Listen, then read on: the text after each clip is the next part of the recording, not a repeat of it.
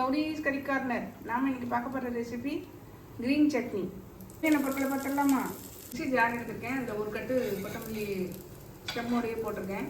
ஒரு 10 இலை புதினா சேர்த்துருக்கேன். ஒரு 3 அல்லது 4 பச்சை மிளகாய் உங்கள் காரத்துக்கு ஏற்ற மாதிரி குட்டியை குறைச்சா சேர்த்துக்கோங்க. அரை லெமனு, ஒரு 7-8 பல்லு பூண்டு, ஒரு சின்ன துண்டு இஞ்சியை சின்னதாக கட் பண்ணியிருக்கேன். ஒரு தேவையான அளவு உப்பு, 2 ஐஸ் க்யூப். கொத்தமல்லி புதினாவோட இஞ்சி சேர்த்துடலாம், பூண்டையும் சேர்த்துடலாம், பச்சை மிளகாவையும் சேர்த்துடலாம். இந்த லெமனையும் இதில் புளிஞ்சு விட்டுடலாம்.